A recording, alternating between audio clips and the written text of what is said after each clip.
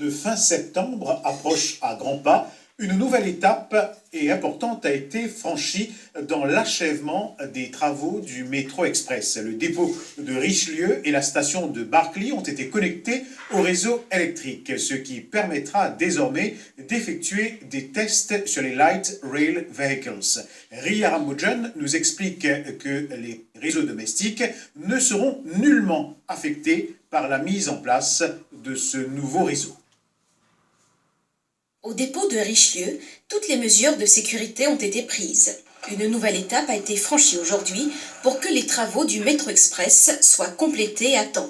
Ces pylônes électriques, de 9 mètres de haut chacun, supportent des câbles aériens avec de l'électricité allant jusqu'à 750 volts sur la ligne principale, soit de Richelieu à Barclay.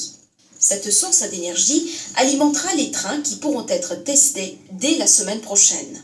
Cette alimentation-là, une fois que c'est fait, il peut permettre de faire un test le premier train qui est fini, assemblé, fini, commence à faire ce test statique. Ça veut dire pendant qu'il est stationnaire, nous faisons un test électronique et électrique. Maintenant, une fois que le réseau d'électrification sera alimenté, nous pouvons procéder à un test dynamique le train-là. Ça veut dire que le train-là commence à rouler à une distance d'à peu près 2 à 3 km entre Richelieu et Barclay. La prochaine étape consiste en la mise en opération des feux de signalisation sur le tracé du métro express. Une fois qu'il nous finit cette étape électrification-là, nous pouvons d'ailleurs faire en parallèle la signalisation. Donc, nous pouvons implémenter un feu de signalisation lors d'une intersection et une place qui besoin.